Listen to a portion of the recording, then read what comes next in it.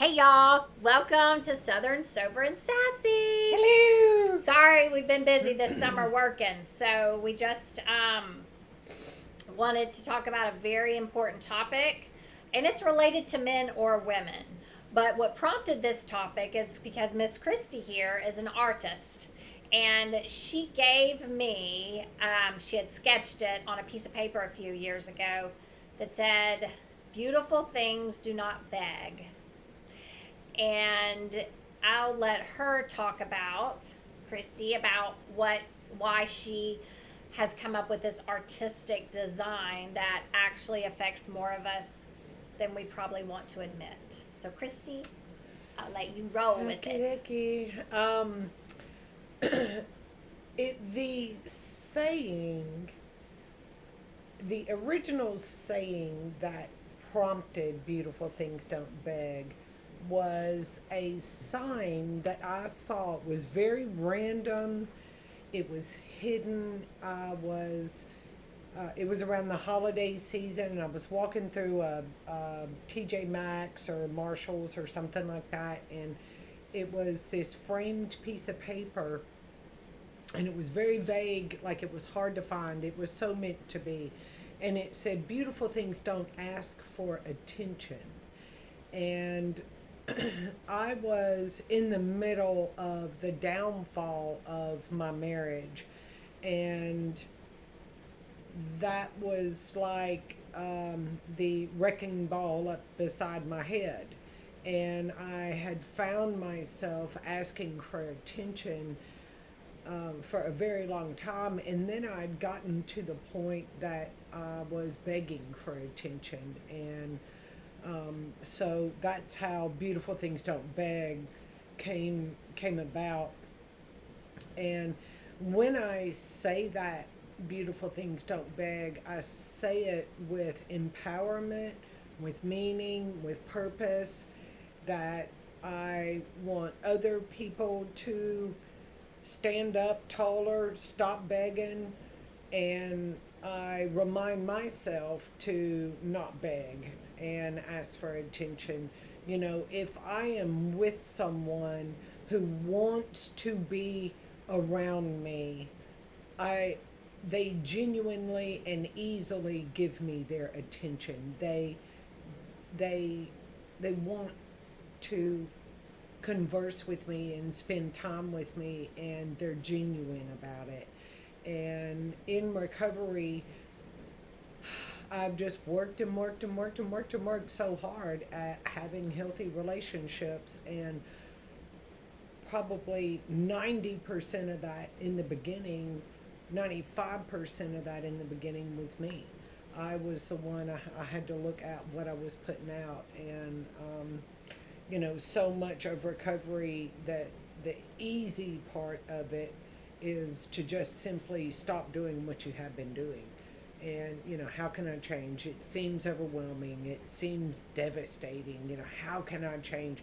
The a wise woman told me, "Christy, just 75% of your problems will go away by just stop doing what you have been doing." And I was like, "You don't have to do anything different. Just stop doing what you have been doing." Anyway, the "Beautiful Things Don't Ask for Attention" started with my marriage. So, in regards to being in a relationship with a man, or vice versa, a man being in a relationship with a wife or a girlfriend, or what, whoever, significant other, I yearn for intimacy, though I may not say it.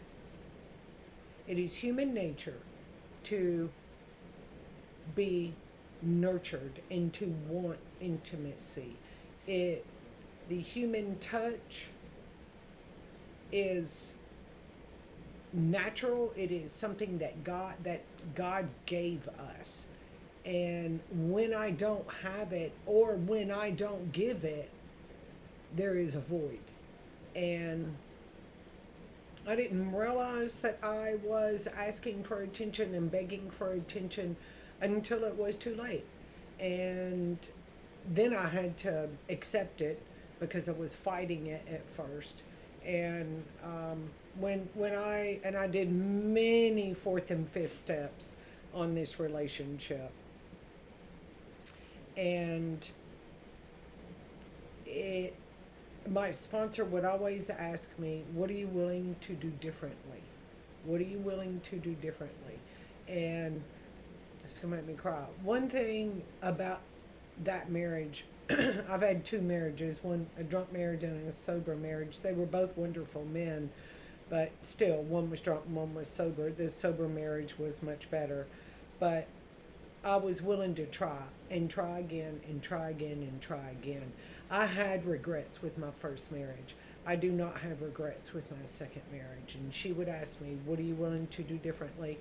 I would write it down and she would say, "Okay, go do it. Form a new habit. Do it. If you want something different, you're going to get something different." I said, "Yes, ma'am." I'd go do it and nothing changed. And then I'd go back and do another fourth and fifth step and she'd give me this same homework.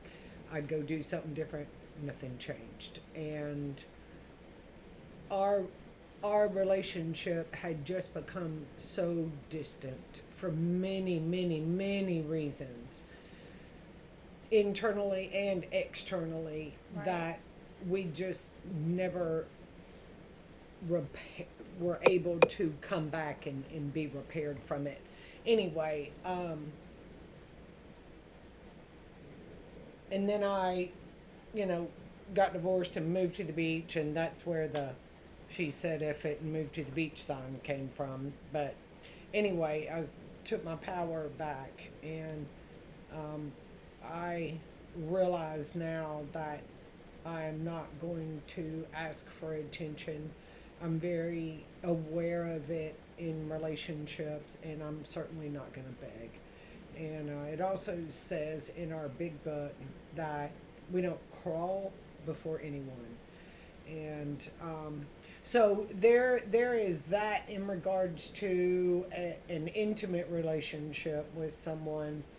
The other thing was I found myself begging with my adult children. You know, my children grew up.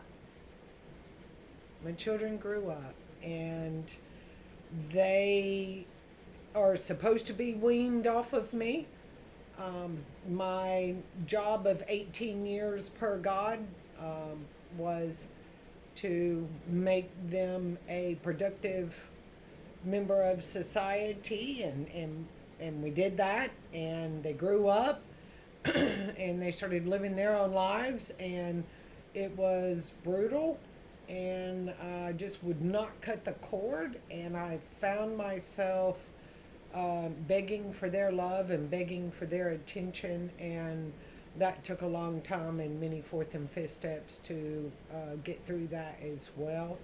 And for me, the defect of character that feeds that is fear of rejection and abandonment. So I have gotten so much better about that over the years in recovery.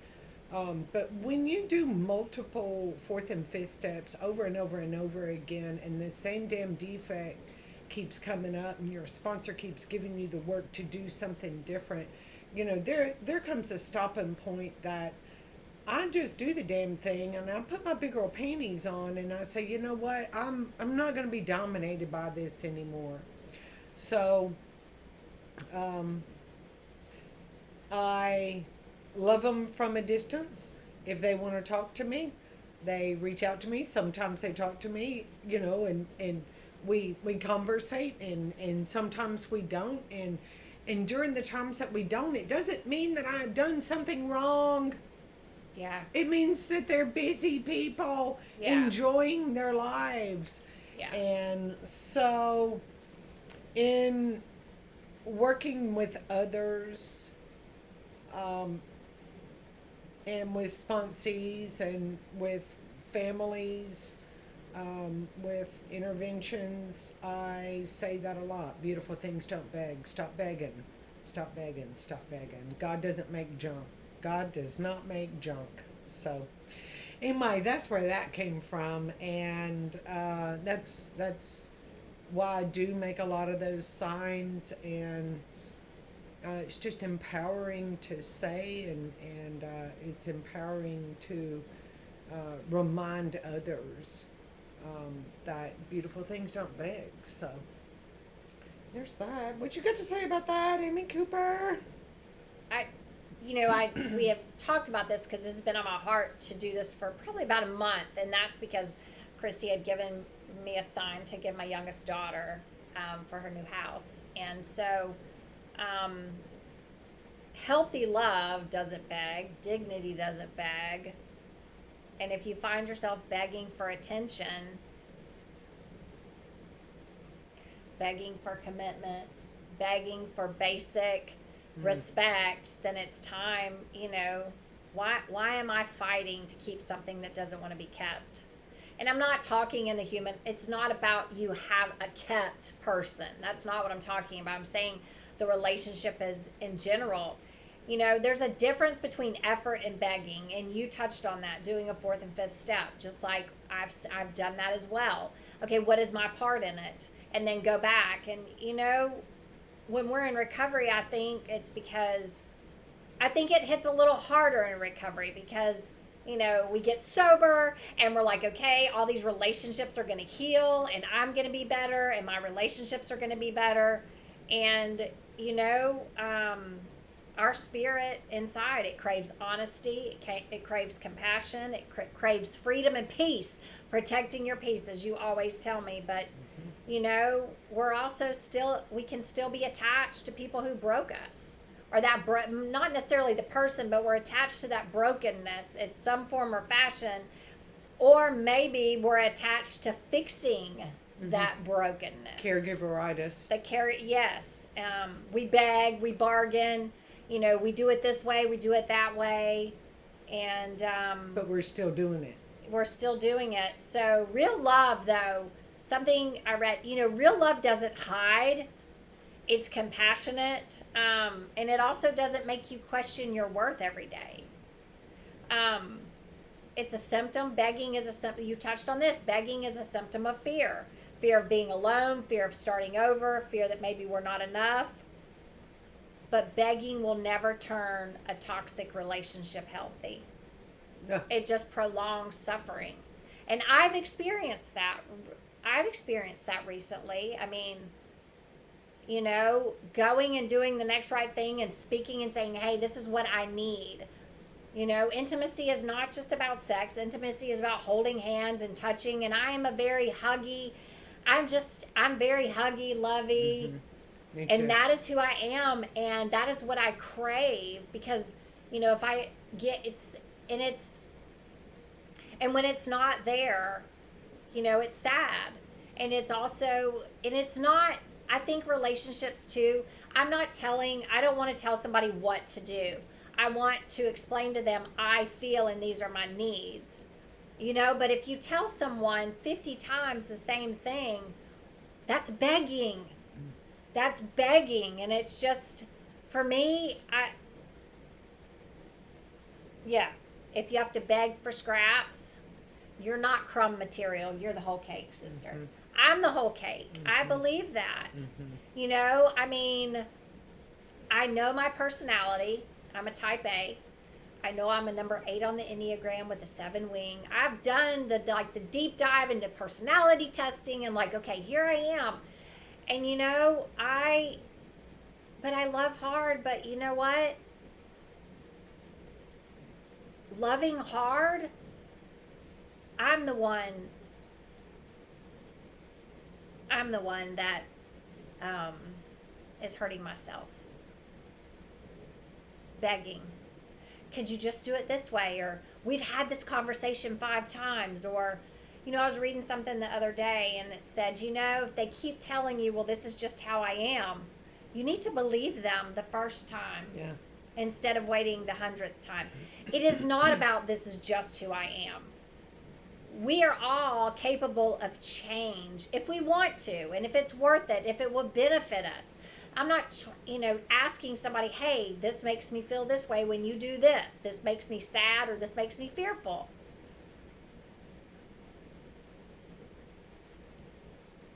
But falling on deaf ears, it's begging. Begging falls on deaf ears. And you know what? I realized too, in relationships with family, with friends, why am I begging? Why am I begging them to want to be a part of my life? This is not ego. This is humility. Is I am a different person in recovery. I am the person. I am a mom. I'm a woman that actually works business. I believe that I'm a good friend. I have trust, and I can be trusted. And I think too, in recovery, Christy, I think once we get sober, again, we believe that all of these relationships are going to be great. Everything's going to be great, and everybody's going to be happy, and it's it's going to be lovey-dovey, blah blah blah blah blah. And it's like, but I'm in recovery, and these are the gifts that and I think it's just God saying, sister, listen to me. It's okay, because if you can rely on me for everything, God's my dad, he's my boyfriend, he's my husband, he's my brother. God is that man. Or if you're a man looking for a woman, God can be everything to you that you are missing or needing, or you feel you're missing, because he fills that hole inside. At least for me, he does. And the God of your understanding can too. I believe that, even with working a program. But having emotional sobriety doesn't mean it's going to be easy. It hurts. It hurts. Relationships, intimate relationships, friendships, family ships, friendships, I mean, they all hurt because we're human. I also think that we are used to suffering. We are used to suffering in our addiction. Therefore, pain, I associate pain with it being a long time. It's going to take this pain, all the pain is going to take a long time. A long time to me is 20 years, 30 years. I would feel resentment, anger, frustration, self-pity. I would feel all of that pain, fear of rejection and abandonment and all that for years. And when I came into recovery, I don't have to feel those feelings pretty much anymore after I do my step work. The fourth and fifth step reveals so much. And then I clear off my side of the street at step 9. And within a year, I mean, if I am actually doing what I have been taught to do, then in moving forward, if I feel pain in recovery, it so much for me is it's a choice after a while. Like, feeling pain is normal and that's natural, and it is how God made us. But for how long I feel it has shortened tremendously in the program of recovery, in sobriety. Awareness is half the battle. When I find myself begging, it's not for long. Yeah. It is not for long. And it used to be for years. Sober. And or it used to be for months, and then I would break it down to weeks, and then I would break it down to 1 week, and then I would break it down to a couple of days, and then a couple of hours. I mean, it depends on what the pain is and who it's coming from. But I don't have to feel pain for a long time anymore in sobriety. The other thing that as you were talking, I was thinking about why. What is the root of my problem as to why I begged? And so much for me is people aren't property. Like my children were, they were mine, and I would not share them. And one of the main reasons that I wouldn't share them is because I had secrets, and I didn't want. I was in, I was drunk every day, and I didn't want, the grandmas coming over, or the ex-husband coming over, or sitters coming over, or anybody wanting to spend time, because I was going to have to straighten up and be sober, and I just didn't want anybody to know what was really going on behind closed doors. Yeah. But so much for me is my dad abandoned us at the age of 12. I was 12. I had an older brother and a younger sister, and my dad cheated on my mom and moved overseas within a 3 month period of time, and she was a stay-at-home mom, and it just completely and 100% destroyed our family, and it is pretty much it scattered my family, and my family still is scattered still to this day. And but anyway, that feeling of being abandoned and the waves of consequences that came upon my mom and our family, and the way that it affected our stability and security was devastating. And it kept coming, and it kept coming, and it kept coming. And I ended up with a bunch of different stepdads because of it, and my mom was just trying to provide for us, and blah blah blah. Anyway, that when my dad left us, it stamped me permanently that I was no good. I am kicking you to the curb, man. And he didn't come back. He didn't leave a telephone number. I mean, he was gone. And it was low down, but and I drank mass amounts of alcohol, not because of him, but because of the way that it made me feel. And anyway, fast forward to my children. The opposite of abandonment is overprotectiveness. Yeah. And Yes. I had those kids, and those kids were on lockdown, man. I was like, number one, I will never leave my children, and I didn't. I busted my ass for my children, drunk and sober. But I also made sure that I did not ever really put myself in a position that they could be gone. Yeah. I had such a fear of them being gone that I overdid it. I was overprotective. I wouldn't share. And yeah. So the key is always balance, Amy Cooper. I have to have healthy balance in my life, that I'm not over here hibernating and being afraid that a relationship won't work.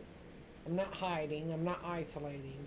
And I'm also not being overprotective and being a mother hen to a grown person. Um, um, I don't live in those extremes anymore. You're not an overfunctioner or an underfunctioner. You're Yeah. functioning, and that's balance. There you go. Yeah. Balance is key. So, Yeah. Amy and I, we shared this same sponsor. Nancy has told me 500,000 times, tell them you love them and leave it alone. Tell them you love them and leave it alone. Don't beg. Tell them you love them and leave it alone. they'll come around. They'll Yeah. come around. They know that you love them. You know, my ex-husbands, they know, both of them, they know that I love them, and they may resent me, but they know that deep down inside that I'm a good woman and that I did the very best that I could for my children. Yeah. So I also know, oh, it's gonna make me cry, whose I am. Yeah. And God didn't get me sober to crawl and to beg, and um, I have to use communication skills in a very diplomatic way, and choose my words carefully.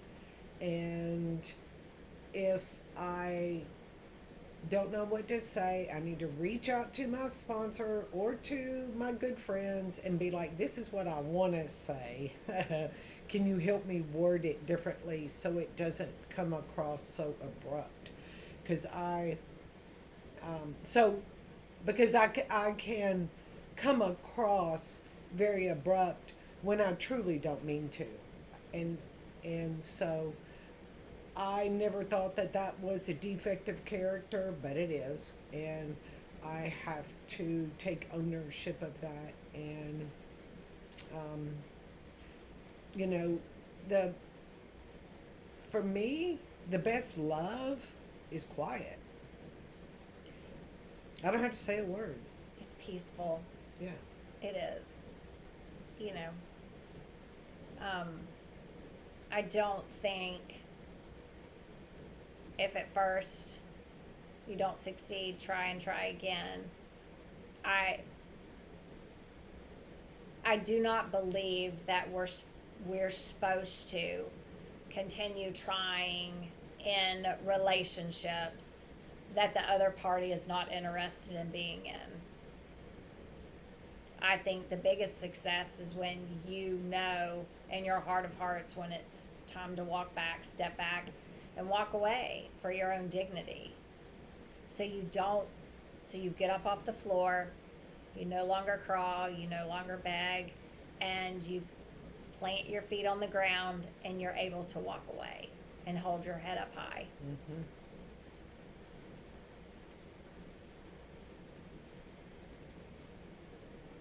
So beautiful things. Do not beg. And I'm going to share Christy's contact information at the bottom of this podcast. Your Instagram, your Facebook. Yep. Yeah. She's about to open up a Shopify. I'm saying this publicly, so she'll keep moving on it. I'm close. She's close. It's gonna happen.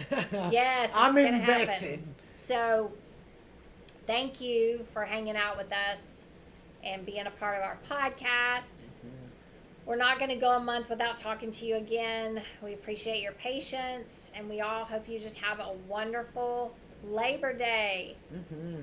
Always reach out if you need anything at all, whether it be for yourself or a loved one.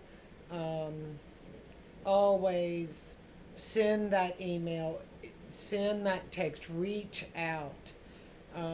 It will instantly bring you relief. There is no shame in talking to either one of us. So, Nope, there is not. Whatever it may be, just type it up and send it. And we're here to help, 100%. Just know you do not have to ever beg again, because you're Yeah. beautiful. Whoever you are, wherever you are, however you are, you're a beautiful human being. Yep. All right. Y'all have a great day. See you next time. Bye. Bye.